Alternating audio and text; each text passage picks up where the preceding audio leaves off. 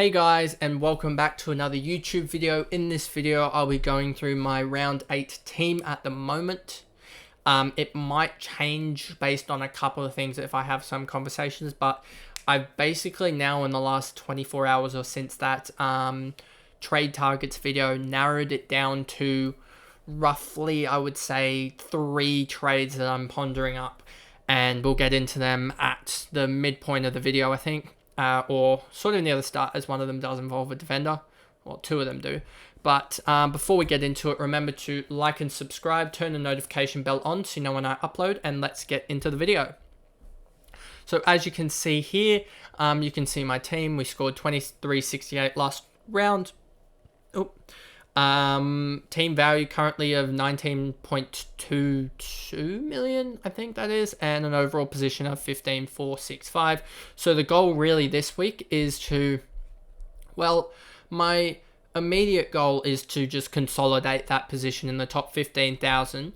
But my lofty, I guess, goal is to get into the top 10,000. I think that is very, very achievable. I mean, we're probably, I think, something like 30 or 40 points away from that. And probably a little bit more. Probably like 100, 150 points away from the top 10,000. But that is so achievable if I get my trades right this week and Fiorini flops or Kemp flops or Aitken flops. If one of those guys flops and I don't have them, then that's going to help so dramatically much. So going in here, Dacos is probably going to get tagged by Ryan Clark, but I mean, with the way Dacos is playing at the moment, you kind of have to have him anyway, so it doesn't matter if he gets tagged by Clark with how many people have him. Just don't captain him this week, I don't think, and wait for him to get better opposition, and yeah, we'll go from there.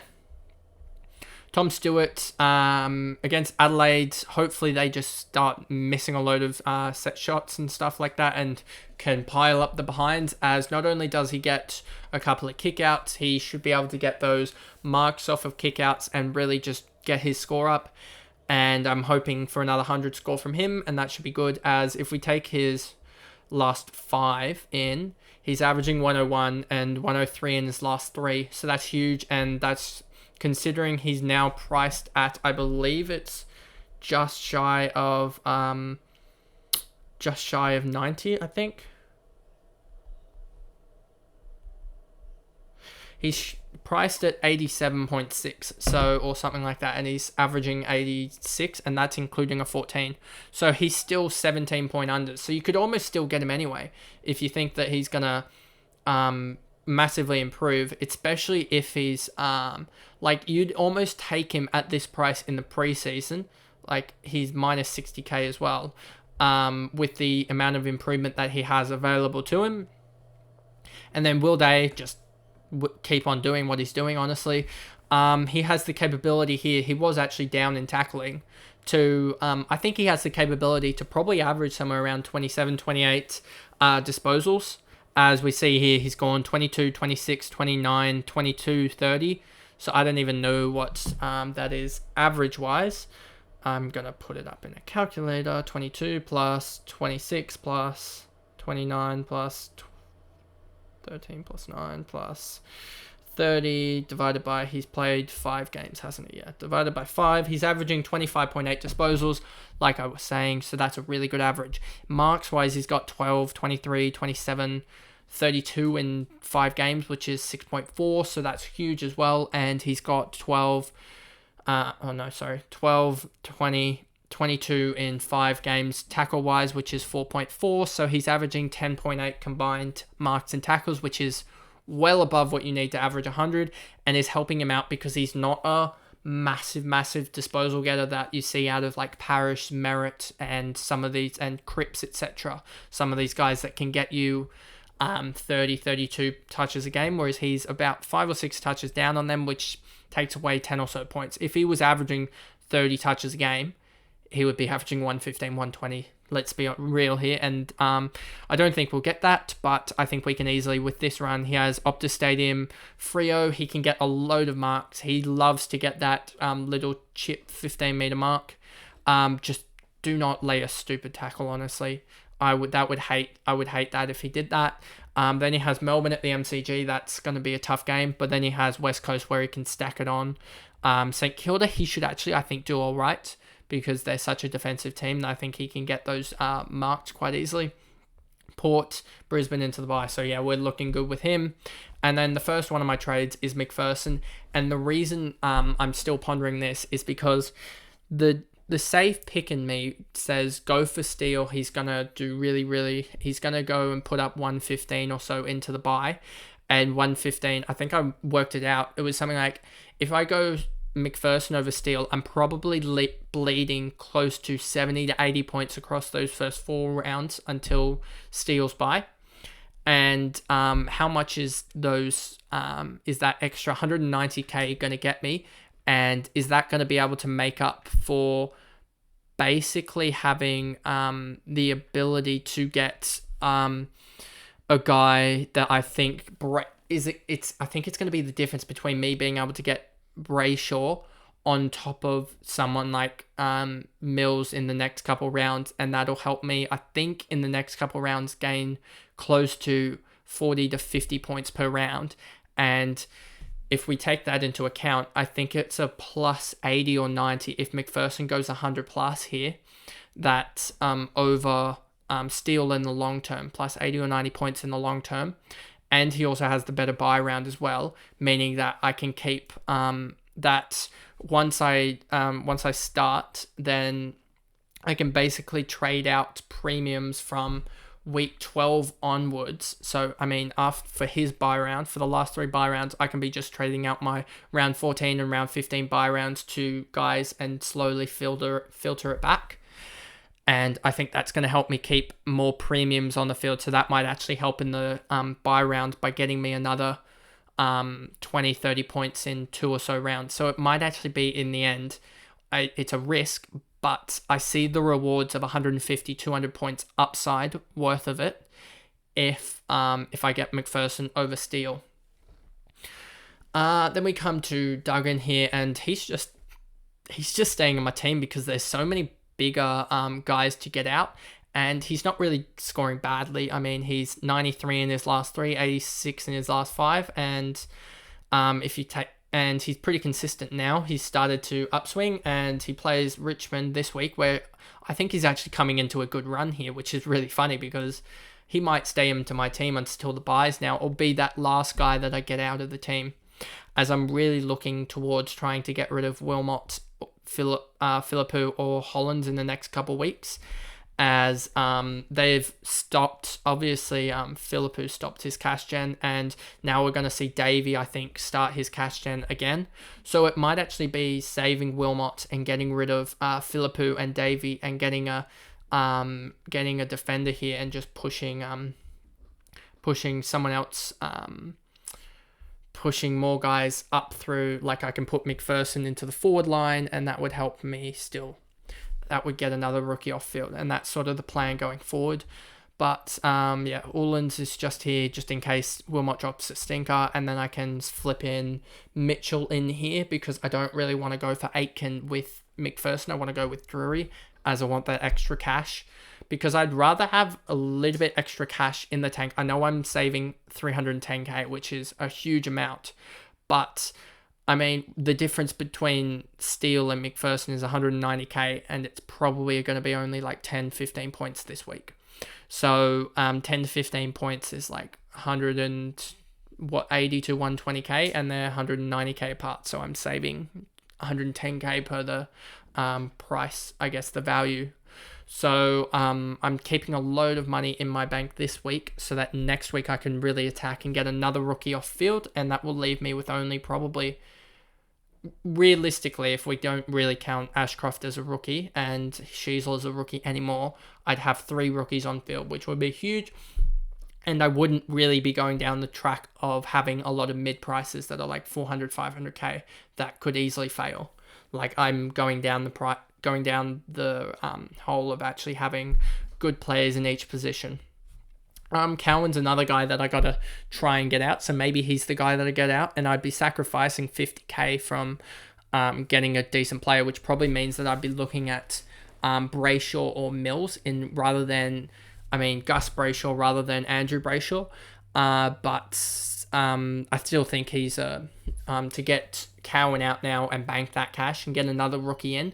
Like, we're probably soon going to see Fahey debut and other guys. I think this week's a week where we don't see many debut, and next week we'll see guys debut.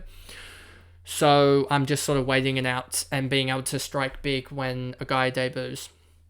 Then you have Petrarca here doing what Petrarca does best, and he's got a really good run coming up. I'm pretty sure Gold Coast is going to do well. I think Hawks should be a good game for him. Port, I think he could do well as well. And then he has Freo. That's a pretty good game. And then Carlton's going to be an interesting game, but I mean, that's in the bye, so that's still 5 weeks away. So we'll see.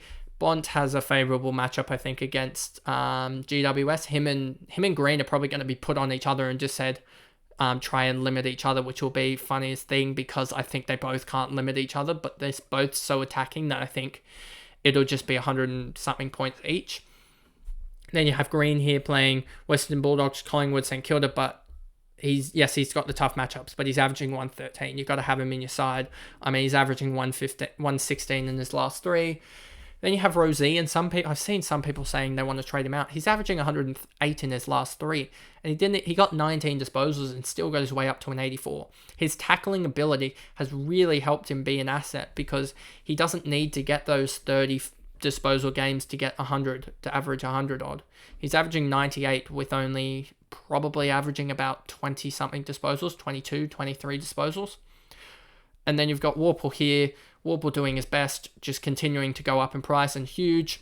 Ashcroft the same, basically. I mean, if we look at AFL break-evens, we look at Warple and Ashcroft. Warple is 50 break-even and Ashcroft is 36 break-even. So Ashcroft could go up another huge amount again. And then Ollie Hollands is coming on field this week. I don't want to make that the same mistake. I mean, he does have a tougher matchup in Brisbane, but I'm thinking he's going to be on the same wing as Wilmot. So we could see them both just get kicked the ball and just both have a massive game. So it's going to be quite funny in that I think we're going to see a matchup between Wilmot and Holland of my players and Bont and Green. So hopefully those matchups are actually fruitful. Then you have Sincotta here. He's just here because he's just doing well, and that's all that needs to really be said about him. I mean, I would love to be able to have the luxury of having him on the bench as an emergency, but he's one of the better scoring rookies at the moment, so got to keep him. Drury here is debuting, and I don't know whether he's going to be debuting down back or in the forward line. It would be interesting if he was one of the first players ever to get a triple position. That would be interesting, and that would provide a load of, it would be the first TPP, I would think, in the game this year, and the first that I think I've seen. I don't think I've seen any triple position players, so that would be interesting to get it, but I don't really want him to get it because that would mean that Zeebles or Sheasel's in the forward line and stunting their growth, or their output, I should say, at this point, because their growth is pretty negligible. Chesser here's actually coming back. I think next week's the week that he comes back. He probably doesn't get named if we look at the team lineups. Where are they? He's named obviously as an emergency, and he could be a sub candidate, which would kind of suck. But I mean, then again, it's the West Coast Eagles. He could be on within about 2 minutes, knowing their injury history. I mean, they have Dom Sheed playing. He's an injury risk. They've got Andrew Gaff playing, he's an injury risk. Darling's is he an injury risk? He might be. So, and then you've got Shannon Hearn, an injury risk as well. So you've got already like 4 guys that could potentially be injury risks. So Chesser being a sub might not actually be the worst thing. Marshall and English, the best 2 rucks in the comp, got to have them basically. And then you have Samson Ryan, and this was huge. I don't know if people actually have seen this, but I've just seen this. Soldo's been named injured.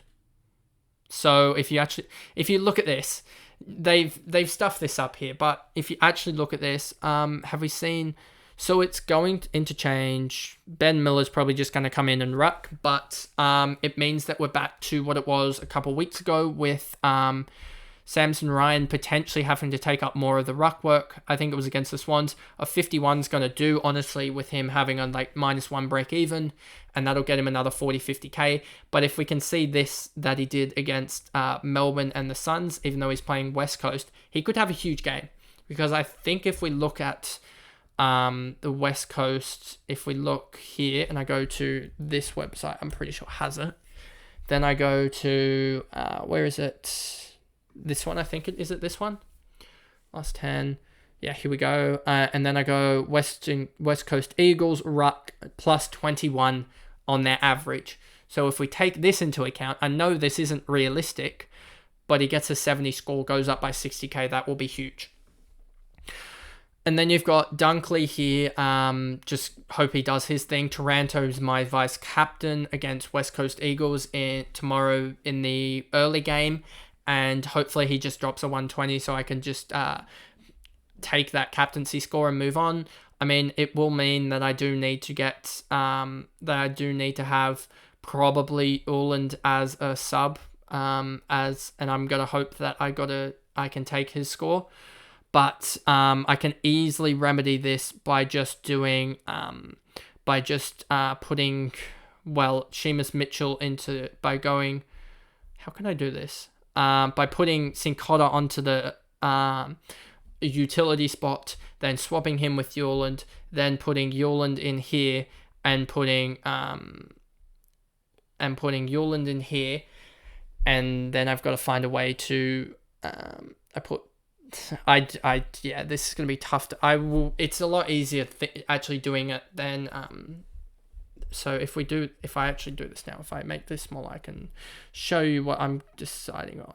So it'd be Sincotta to there, Sincotta there, and then Uland here, and then put, so I don't want that, and then it would be playing, and then we gotta go there, and then there, and then there, I guess, and play Philippou on field, I guess, as he is the best option out of everyone else if Wilmot does not score well, but I doubt that's going to happen, so I can switch these around now. I can switch that around and then that around. There we go. I think that's what it was beforehand. So, yeah, hopefully Timmy Taranto goes huge, so I don't have to worry about my captain, but if it is a captaincy, it will be Tim English against GWS. As Laddams went 130 against them last week, and I expect Tim English to be able to go huge, as if we look at GWS, they are minus 0.36. Who do we have Marshall playing? Marshall is playing North Melbourne. If we look at North Melbourne, they are minus 9.62.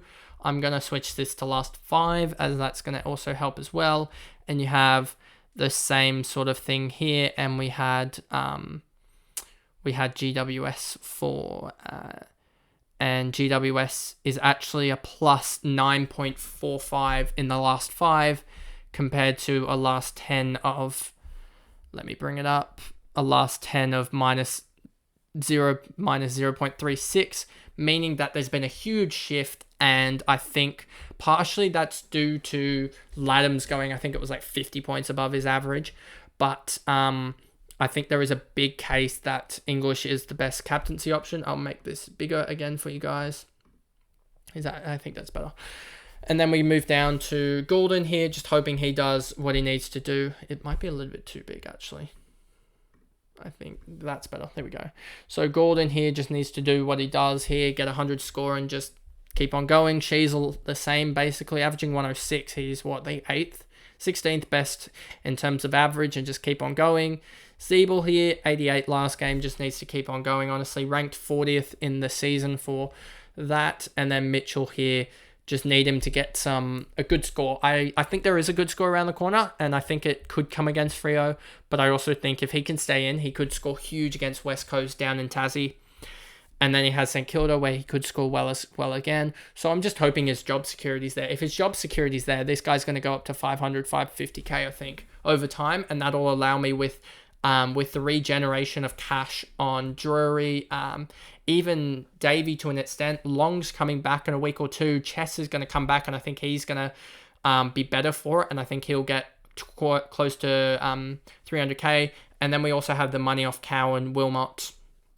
Well, I guess not really Wilmot, but if I could get Uland off as well, but I do need some. I do need a red dot in there. So Uland is now going to be my only red dot, and I think in a week or two. But I think I calculated something like over $1 million in there's almost like $600,000 in just wasted on the bench here from getting 200k guys. So if I can get that money on field, I can basically upgrade the likes of Uland up to an 850 guy, almost up to the equivalent of Jordan Dawson. And that would really help me out, but I got to find a way to get it out and not completely ruin my team.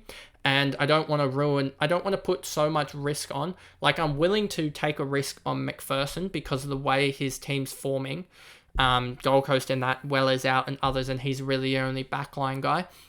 But I'm not willing to take a risk on Fiorini given his stats, and also take a risk on Brayshaw given that Salem isn't back yet, even though they did drop.